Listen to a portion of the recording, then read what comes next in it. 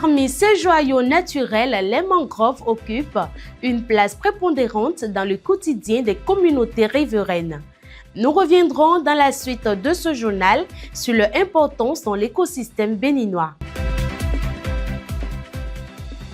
Demain, c'est le lancement de la première édition du Salon Expo avicole du Bénin au Palais des Congrès de Cotonou. Dans cette édition, le commissaire général du Salon lance un appel aux aviculteurs. Fruits, légumes, céréales ou encore produits transformés issus de l'agriculture biologique commencent progressivement à s'imposer sur certains marchés. Malgré ce potentiel évident, le positionnement reste encore fragile et limité. Le dossier du jour aborde les défis liés au positionnement. Nous ferons également un tour d'horizon de l'actualité internationale. Voilà pour les titres, nous revenons dans un instant pour le développement de cette édition.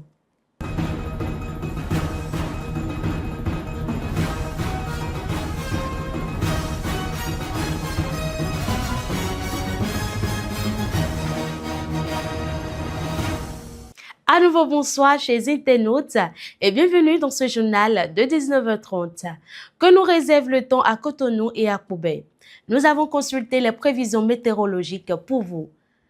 Le jeudi à Cotonou, la matinée s'annonce très nuageuse. La température sera de 24 degrés Celsius avec un ressenti de 27 degrés Celsius en raison de l'humidité.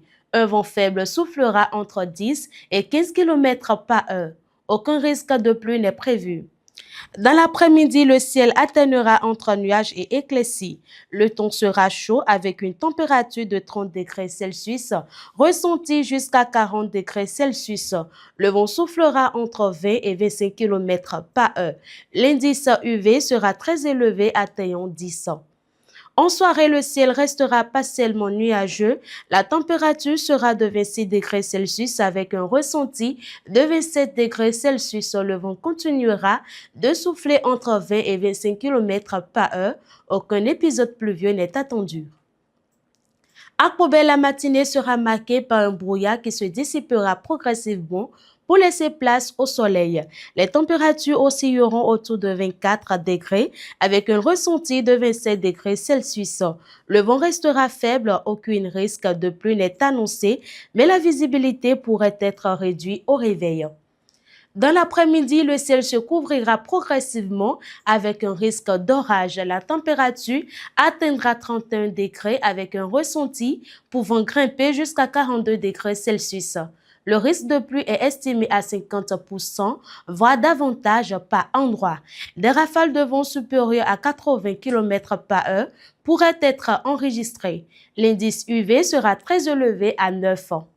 En soirée, le ciel demeurera très nuageux avec la possibilité de foyers orageux isolés. La température sera de 26 degrés Celsius avec un ressenti de 28 degrés Celsius. Le risque de pluie est évalué à 40%, accompagné de rafales pouvant dépasser 115 km par heure. À retenir de Cotonou à Koubé, la journée sera globalement chaude. Si le temps restera sec sur le littoral, les habitants de Koubé devront rester vigilants face au brouillard matinal et au risque d'orage, accompagné de fortes rafales de vent dans l'après-midi et en soirée. Nous sommes à quelques heures de la première édition du Salon Expo avicole du Bénin, SAB 2026, qui se tiendra du 25 au 27 juin au Palais des Congrès de Cotonou. À cette occasion, le commissaire général du Salon lance un appel aux aviculteurs. Suivez. Quand on dit le Salon avicole du Bénin, c'est tout le Bénin. Ce n'est pas qu'une zone ou bien un bastion qui est représenté, c'est tout le Bénin. Donc, nous invitons tout le monde. C'est que 3 jours. Nous invitons tout le monde. Des gens l'organisent dans d'autres pays, mais ils nous invitent, on quitte Cotonou jusque là-bas. Et on voit l'engouement. Donc, nous demandons à la population de sortir pour venir découvrir. Ils ont des questions. C'est le moment de poser toutes ces questions, de venir découvrir. Ils rentreront toujours avec un plus.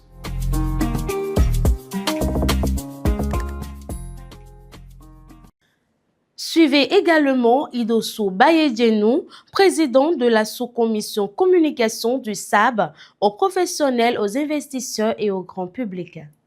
J'ai 3 messages distincts aux professionnels de la filière. Éleveurs, vétérinaires, fournisseurs, transformateurs, je dis, venez en nombre. Le SAB 2026 n'est pas un salon parmi d'autres. C'est notre premier grand rendez-vous collectif.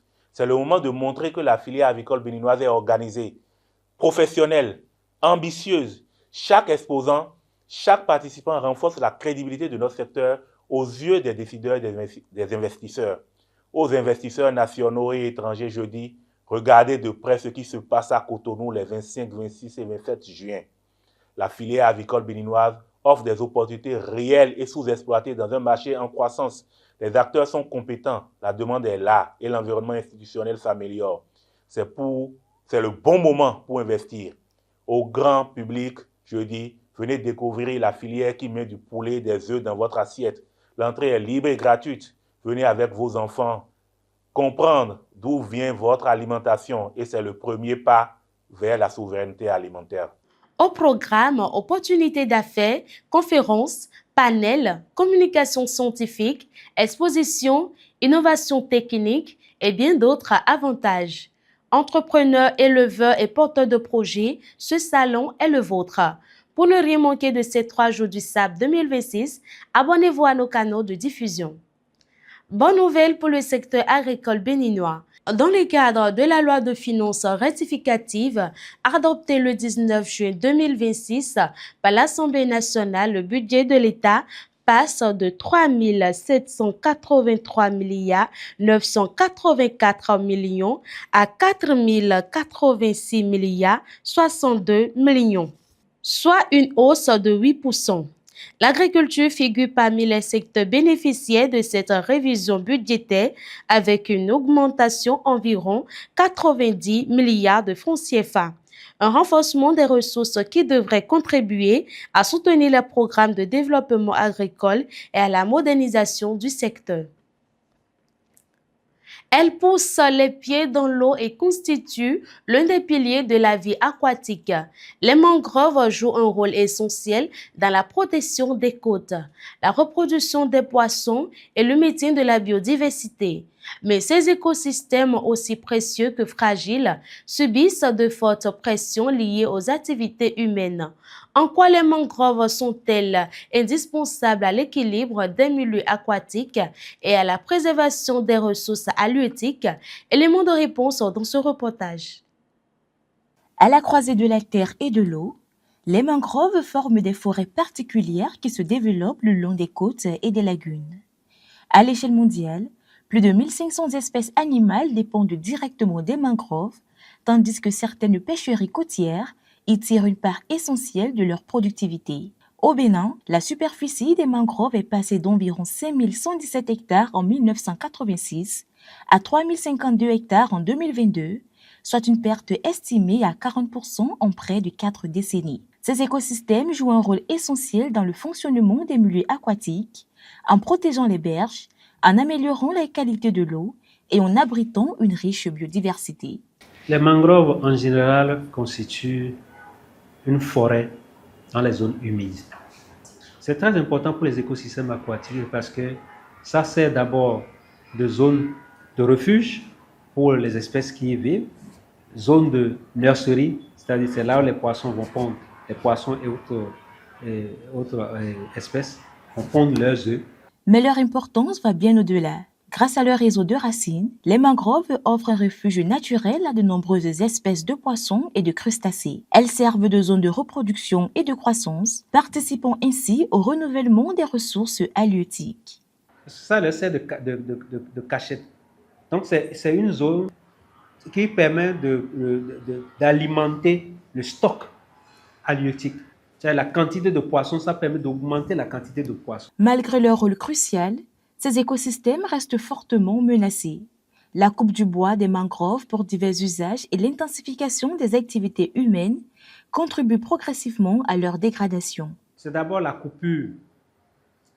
Les populations vont couper les mangroves pour pouvoir utiliser comme bois de chauffage, utiliser pour les charpentes, utilisés pour les meubles. À cette pression s'ajoute la collecte des huîtres par certaines femmes ostréicultrices. Pour extraire les coquillages, elles coupent parfois les racines aériennes des palustuviers, une pratique aux conséquences importantes puisqu'elle fragilise les arbres et compromet leur capacité à se développer et à remplir leurs fonctions écologiques. Prenons par exemple les femmes qui cultivent, qui récoltent les huîtres. Ces femmes-là, par exemple, à des moments donnés, pour aller récolter les huîtres, parce que les huîtres qui s'accolent sur les échassis, les racines des mangroves, à des moments donnés, il y a les femmes qui vont là-bas pour couper quand elles sont pressées. Et puis, il y a beaucoup d'huîtres qui est accolé autour. Elles coupent une partie de la racine pour dire, bon, qu'elles sont pressées, elles vont amener ça à la maison. Conscient de ces enjeux, le Bénin a mis en place un cadre juridique pour assurer la préservation des mangroves. Elles sont protégées par la loi numéro 93-009 du 2 juillet 1993 portant régime des forêts et bénéficient également des dispositions de la loi numéro 2025-13 du 2 juillet 2025 relative à la ratification des protocoles additionnels à la Convention d'Abidjan, notamment celui consacré à leur gestion durable. Car la disparition des mangroves entraînerait inévitablement un déséquilibre des écosystèmes aquatiques et une raréfaction de certaines ressources halieutiques. Il n'y avait pas cette loi que les mangroves disparaissent, il y a beaucoup d'espèces qui vont disparaître aussi parce que s'ils ne trouvent plus l'endroit où elles vont pondre les œufs, il n'y a plus de refuge. Donc les populations vont les exploiter à fond. Dès qu'il y a surexploitation, ça veut dire que ces espèces-là ne vont plus exister. Ces espèces-là ne vont plus contribuer à alimenter le stock. Donc ça veut dire que ces espèces-là vont disparaître. Les mangroves ne sont donc pas de simples forêts côtières. Elles constituent un patrimoine écologique de grande valeur, indispensable à la biodiversité, à la pêche et à la protection des littoraux. Leur préservation est une responsabilité collective, car de leur survie dépend également celle de nombreuses espèces et des communautés qui en tirent leurs moyens de subsistance. Un nouveau cadre fédérateur voit le jour pour les professionnels de l'élevage au Bénin. Il s'agit du réseau des zootechniciens du Bénin Résob, une organisation créée pour promouvoir la profession, renforcer les compétences de ses membres et contribuer au développement du secteur de l'élevage. À l'issue de l'Assemblée constitutive, Vital Thibozo a été élu président pour conduire les destinées de cette nouvelle structure. Le gouvernement affiche une volonté de redynamiser le secteur agricole. Toutefois, les acteurs des différentes filières exposent les difficultés auxquelles ils sont confrontés et profitent de l'occasion pour exprimer leurs attentes. Difficultés, ça ne manque pas. Parce que si nous parlons aujourd'hui de la réglementation, c'est une exigence qui revient chaque fois sur le tapis pour se conformer. Et ce n'est pas facile.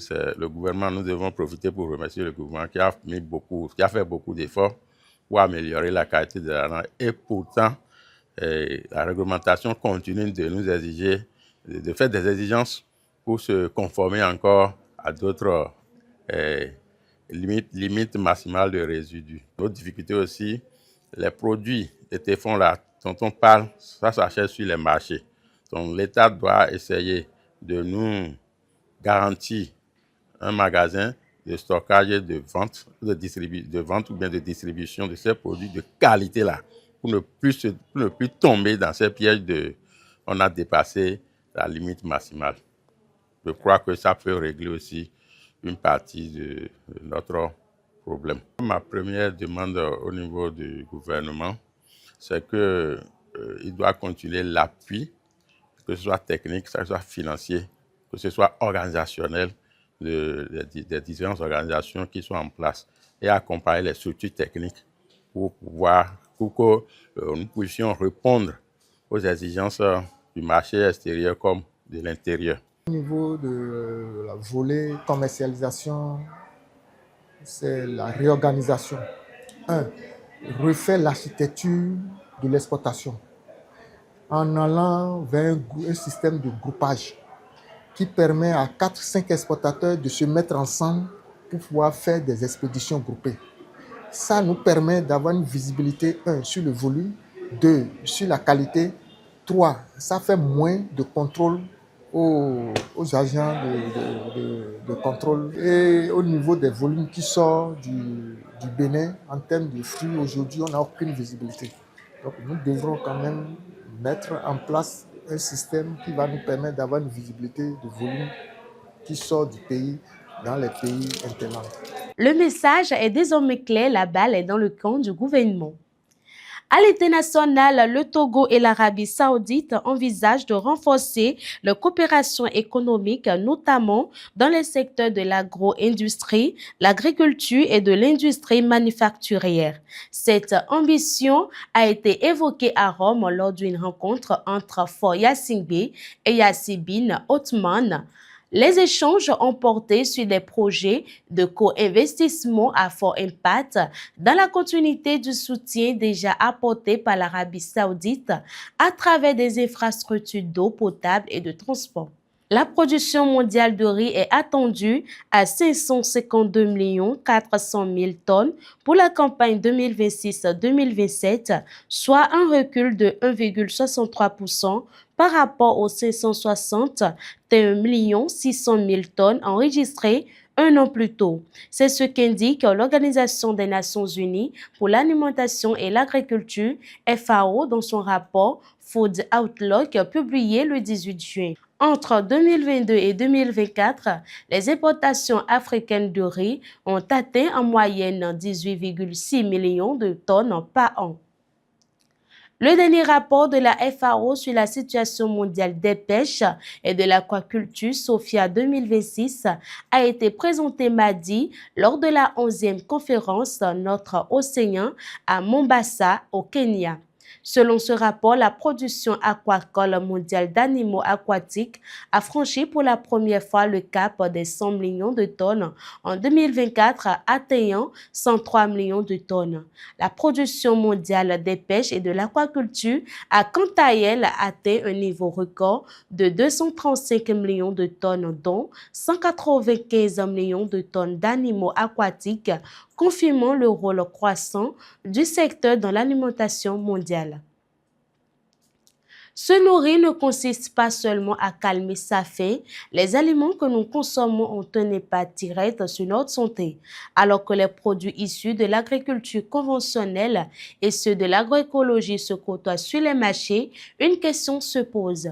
Quel choix alimentaire privilégier pour préserver son bien-être?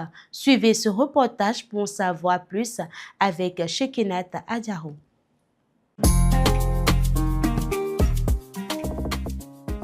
Au Bénin, l'agriculture biologique connaît une progression lente mais réelle. Selon plusieurs travaux de recherche, environ 20,4% des exploitations engagées dans l'agriculture écologique et biologique appliquent effectivement des techniques de production biologique. Par ailleurs, 35,2% sont en phase de transition à partir de systèmes conventionnels, tandis que 44,4% ont adopté dès leur installation des pratiques agroécologiques ou biologiques. Malgré cette dynamique encourageante, le positionnement des produits biologiques sur le marché demeure limité et se heurte à plusieurs obstacles majeurs. Le premier, c'est déjà disons, l'insuffisance de signes distinctifs sur les produits biologiques. C'est-à-dire que quand on voit sur le marché, quand on voit n'importe quel produit, bien les produits conventionnels, et si on doit les différencier par rapport aux produits biologiques, il n'y a pas suffisamment donc, de présence de signes de produits biologiques sur ces produits-là, donc ils sont sous-valorisés. Il y a également la stratégie de distribution. Alors, on considère peut-être à raison, peut-être à tort que les produits agroécologiques et les produits bio sont des produits de niche. Donc, du coup, il y en a qui pensent que c'est pour une catégorie de personnes. Sur le terrain, les défis restent nombreux. Le coût élevé des intrants organiques, leur faible disponibilité ainsi que les difficultés d'approvisionnement freinent les capacités de production et contribuent à renchérir les prix de produits biologiques sur le marché. Alors, de façon générale, les producteurs qui s'engagent, les agriculteurs qui s'engagent dans la production biologique partent avec beaucoup de réserves, c'est-à-dire qu'ils consacrent de petites superficies pour faire l'agriculture biologique. Ils se disent, bon, on va essayer d'abord pour voir ce que ça va donner. Mais une fois que ça marche, il faut passer à l'échelle. Souvent, ils n'ont pas les moyens de passer à l'échelle. Et quand vous ne passez pas à l'échelle dans n'importe quel type de production, vous ne pouvez pas faire des économies d'échelle. Donc, quand on ne fait pas des économies d'échelle, le coût de production revient relativement cher. C'est ce qui explique le fait que les gens disent que les produits bio sont chers, les produits bio sont chers. Sinon, en passant à l'échelle, on peut avoir des produits biologiques, certifiés biologiques, avec des prix qui sont quand même à la portée donc, du consommateur moyen. Donc, il y a cet obstacle-là, c'est vraiment important. Mais il y a également, le faible accès aux intrants organiques pour faire de la production biologique. Il faut respecter les normes de production biologique qui sont contenues dans les cahiers de charges bio. S'engager dans la production biologique exige du temps, de la persévérance et un strict respect des normes de production. Un parcours exigeant qui requiert de nombreux sacrifices de la part des producteurs. La certification permet donc de valoriser les produits agricoles du Bénin par la qualité. C'est-à-dire au-delà de tout ce qu'on voit sur le marché, que ce soit des produits d'ici ou bien des produits d'ailleurs, la certification, le signe distinctif du bio sur le produit, je parle du bio vraiment documenté, ça permet donc de montrer quand même au consommateur pour dire « Ah, il y a un avantage à consommer ce produit-là parce qu'il y a du témoignage, il y a du suivi, comme quoi ça a été fait sans utiliser donc des intrants qui nuisent à la santé. » Pour favoriser l'essor du secteur, un accompagnement plus soutenu des pouvoirs publics apparaît indispensable, notamment à travers la facilitation de l'accès aux intrants organiques, le renforcement de l'encadrement technique et la mise en place de mesures incitatives en faveur des producteurs. Et quand vous voulez vous engager dans la certification biologique, il faut vous dire qu'il y a des sacrifices à faire. Et entre autres sacrifices, vous devez réserver des terres spécifiquement pour faire votre production agricole biologique, pour éviter des tricheries. Vous pouvez avoir 10 hectares, mais si vous voulez faire l'excellence du bio, vous pouvez vous dire je consacre un hectare pour faire le bio et je respecte les normes de production biologique dessus. Je respecte le cahier des charges. Je peux dire je mets seulement 500 mètres carrés pour le faire et je respecte les normes par rapport à cette superficie-là. Donc, c'est important qu'on ne commette pas cette erreur-là. L'autre erreur que les gens commettent souvent, c'est aussi que quand on veut s'engager dans la certification biologique, on commence par produire et c'est quand on veut récolter maintenant qu'on demande à un organisme de venir certifier. La certification, ce n'est pas une bénédiction. Ce n'est pas que vous produisez comme vous voulez et c'est quand vous voulez récolter, vous appelez un organisme pour dire venez certifier. Ce n'est pas qu'on vient bénir votre produit et ça va devenir bio, ce n'est pas ça. Ça, on commence depuis le choix du terrain, en passant par dans le choix des intrants, jusqu'à ce qu'on récolte les produits. La troisième erreur qui est, je vais m'en arrêter là, c'est que quand vous voulez produire bio, il faut chercher un marché avant de commencer par produire bio. Il ne faut pas finir de produire avant de chercher le marché. Malgré leurs nombreux bénéfices pour la santé et l'environnement, les produits biologiques restent confrontés à d'importants défis liés à la production, à la certification et à la commercialisation. Leur démocratisation passera sans doute par une meilleure sensibilisation des consommateurs, mais aussi par un soutien accru aux différents acteurs de la filière. Maintenant, qu'est-ce qu'on doit faire pour que l'État doit faire? Je pense qu'il faut commencer par voir comment est-ce qu'il faut faciliter l'accès aux intrants organiques au niveau du Bénin.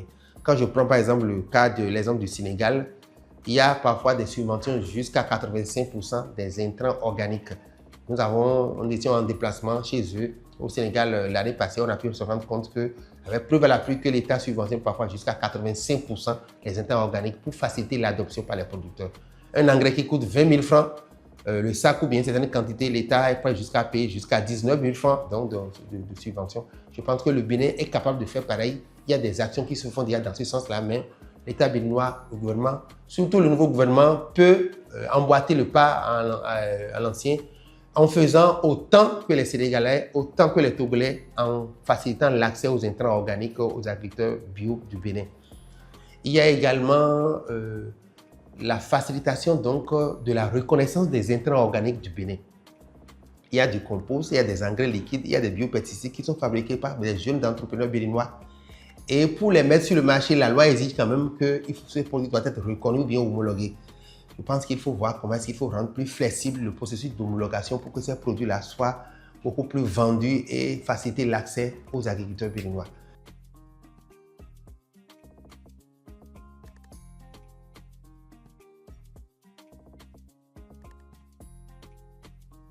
La démocratisation passera sans doute par une meilleure sensibilisation des consommateurs, mais aussi par un soutien accru des différents acteurs de la filière. Mesdames et messieurs, c'est la fin de cette édition. Merci de votre fidélité à la télévision officielle du monde agricole. Je vous donne rendez-vous vendredi à la même heure et sur la même chaîne pour une nouvelle édition consacrée à l'actualité du secteur agricole. D'ici là, prenez soin de vous et excellente soirée à toutes et à tous.